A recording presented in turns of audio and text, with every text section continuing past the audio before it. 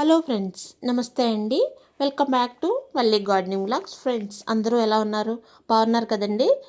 Friends ఈరోజు video ఏంటంటే July నెల వచ్చింది, ఎలాగా వర్షాలు అయితే పడుతున్నాయి కదండి. ఈ నెలలో నాటుకోవాల్సిన 8 రకాల విత్తనాల గురించి అయితే చెప్తానండి. అది కూడా చిన్న ప్లేస్ ఉన్నా, చిన్న టెర్రస్ ఉన్నా కూడా ఈజీగా పెంచుకోవచ్చు. ఫస్ట్ ప్రిఫరెన్స్ అండి, అంటే మనం వీటిని రెగ్యులర్గా తింటూ ఉంటాము. అవి ఏంటంటే టమాటా, పచ్చిమిర్చి, వంగలో 2 రకాలండి.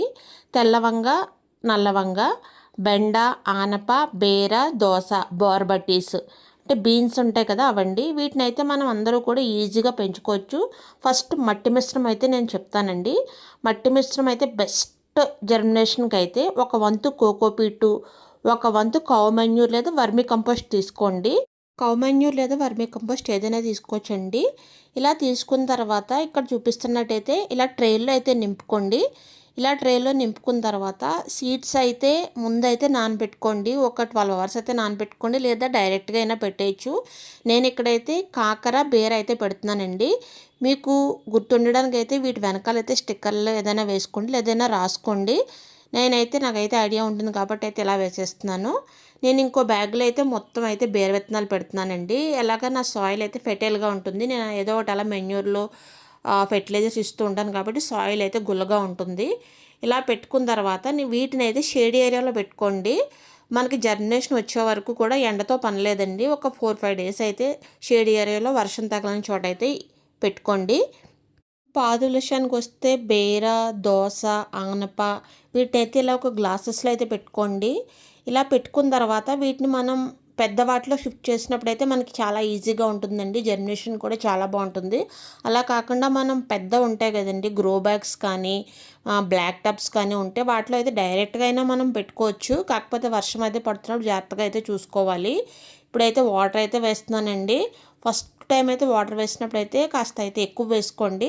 వీటిని అయితే షేడ్ ఏరియాలో పెట్టిన తర్వాత పైన మట్టి అయితే ఆరిపోకుండా చూసుకోండి. పైన ఎప్పుడైతే మట్టి ఆరిపోయిందో ఇక ఆ విత్తనం అయితే జర్మినేషన్ అవ్వదు, ఇంకైతే బతకదండి. మనకి వర్షాలు పడుతున్నా కూడా కాస్త ఎండగా అయితే అనిపిస్తుంది కాబట్టి మీరు అయితే ఇలా జాగ్రత్తలు అయితే తీసుకోండి. ఇప్పుడైతే నేను బెండ విత్తనాలు పెడుతున్నానండి. ఇంకా నా దగ్గర అయితే ప్లేస్ లేక జామ ఒక పక్కన అయితే ఇలా బెండ విత్తనాలు అయితే నేను ఒక 6 అవర్స్ అయితే నానబెట్టి అయితే వేసేస్తున్నానండి.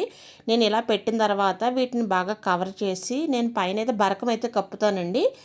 నెక్స్ట్ కూడా నేను మీకు నెక్స్ట్ వీడియోలో కూడా వీటి అప్డేట్ అయితే ఇస్తాను. ఇంతలో ఈ సీడ్స్ అయితే మనకు మంచి జర్మినేషన్ వచ్చేలోపు మట్టి అయితే బాగా ప్రిపేర్ చేసుకోండి. మీ దగ్గర 16x16 గ్రో బ్యాగ్స్ కానీ బ్లాక్ టబ్స్ కానీ ఉంటే వాటిని వెజిటేబుల్స్తో కూడా శాండ్విచ్ మెథడ్లో అయితే మట్టి అయితే నింపుకోండి. నల్ల డబ్స్లో అయితే పాదులు అయితే 2 అయితే పెట్టుకోవచ్చు. 16x16 గ్రో బ్యాగ్స్లో అయితే బెండ కానీ మనకి వంగ కానీ అయితే చాలా బాగా పెరుగుతుందండి. ఇదిగోండి చూసారా, నేనైతే కొన్ని నారైతే తెప్పించేసాను. మీకు దొరికితే ఈ పచ్చిమిర్చి, వంగ, టమాటా అయితే నార్లు అయితే వేసేసుకోండి, చాలా బెస్ట్. లేదా సీడ్స్ వేసుకోండి మీకు అందుబాటులో లేకపోతే. కానీ వాటర్ అయితే ఇచ్చినప్పుడు, విత్తనాలు వేసినప్పుడు చాలా జాగ్రత్తగా వేయాలండి. చల్లినట్టు వేయాలి, ఒక్కసారిగా మనం మగ్గుతో అయితే పోసేయకూడదు. ఇక్కడైతే నేను తెప్పించిన నారైతే కొన్ని చోట్ల అయితే పెట్టానండి, ప్లేస్ అయితే సరిపోవట్లేదు. ఇక్కడైతే నిమ్మ మొక్క పక్కన అయితే పచ్చిమిర్చి 2 అయితే కలిపి పెట్టానండి నారు. ఏది బతికితే అది బతుకుతుంది అని ఇలా అన్ని చోట్ల అన్ని నార్లు అయితే పెట్టానండి. వీటిలో కొన్ని షిఫ్ట్ చేస్తాను, కొన్ని అయితే ఉంచేస్తానండి. నెక్స్ట్ వీడియోలో చెప్తాను. నెక్స్ట్ ఏంటంటే ఇప్పుడు ఒక ట్రిప్ విత్తనాలు వేసాం కాబట్టి నెక్స్ట్ ఇంకో 1 వీక్ ఇంకో ట్రిప్ వేసుకుంటే మనకి రెగ్యులర్గా వెజిటేబుల్స్ అయితే వస్తాయండి. ఇది ఫ్రెండ్స్ వీడియో. నచ్చితే లైక్ చేయండి, సబ్స్క్రైబ్ చేయండి. Thank you.